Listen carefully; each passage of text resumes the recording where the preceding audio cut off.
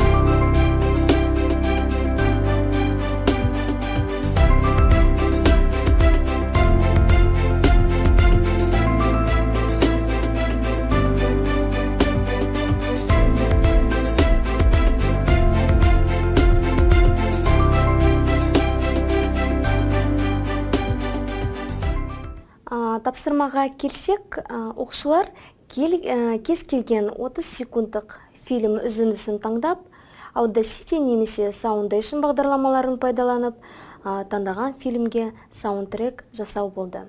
Осы тапсырмада жұппен жұмыс жасау болды. Оқушылар компьютерлік технологияларды пайдаланып, әуен импровизациясы арқылы құрылған дыбысты сандық өңдеудің әртүрлі формалары қолданып, қысқаша музыкалық туындыны жазды. Жұптық жұмыста пікір алмасып, өзара сұхбат кезінде оқушы мен оқушы арасындағы диалог жүзеге асып, білім алушылардың өзара сөйлеу дағдыларын дамыды. Бұл тапсырмада оқушылардың өздеріне фильмді таңдау құқығын беруге сай көрді. Өйткені бірінші тапсырмада мұғалім тарапынан фильм дайындалды. Осы фильмде біз рингтің дауысын келтіріп, өзгеріс жасадық.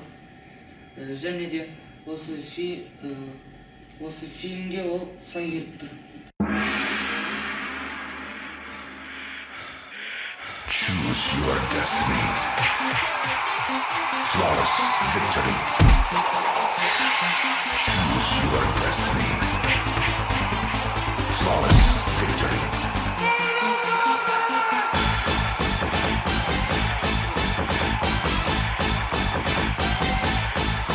Fight.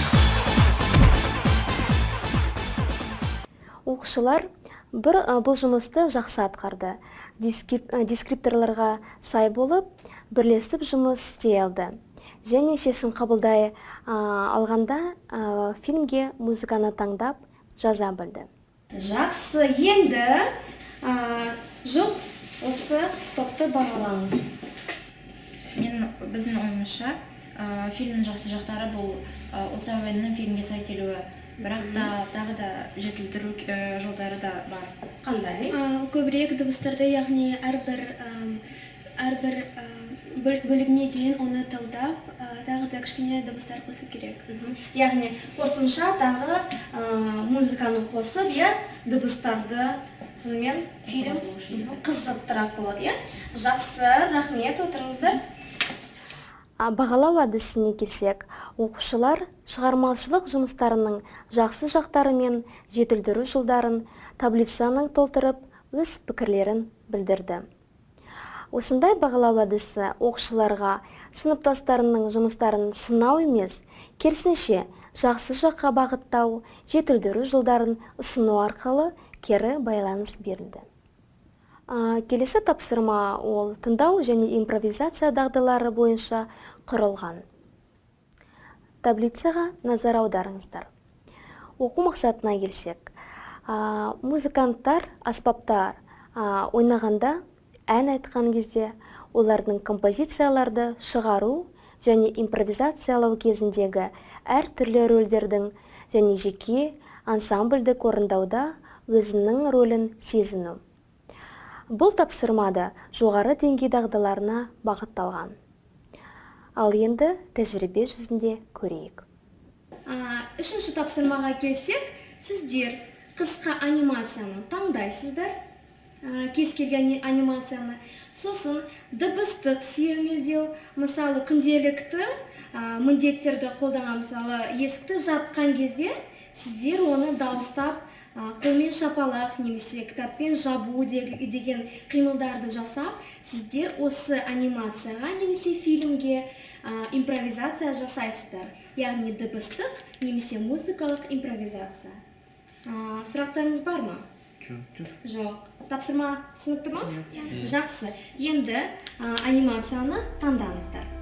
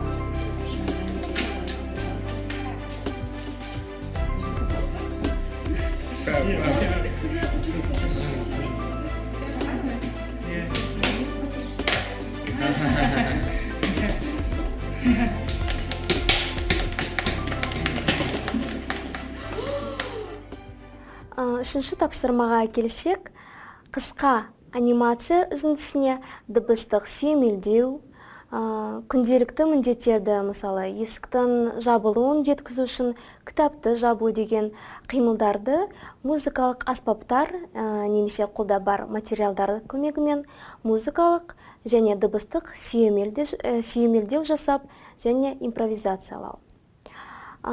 Топтық жұмыс арқылы шығармашылық тапсырма орындалды. Бұл тапсырманың басты мақсаты қысқа анимация үзіндісін таңдап, оны дыбыссыз көріп, мультфильмге қажетті дыбыстық әсерлердің барлығын атап өту және осы үзінді уақытын бөліп, дыбыстық әсерін нақты қай тұста керек болатындығын белгілеу болды.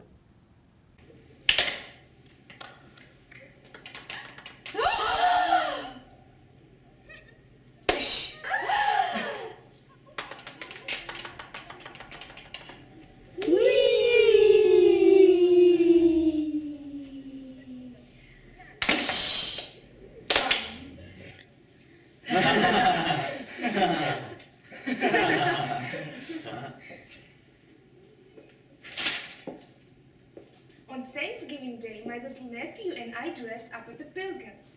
Tom, of course, also got into the act.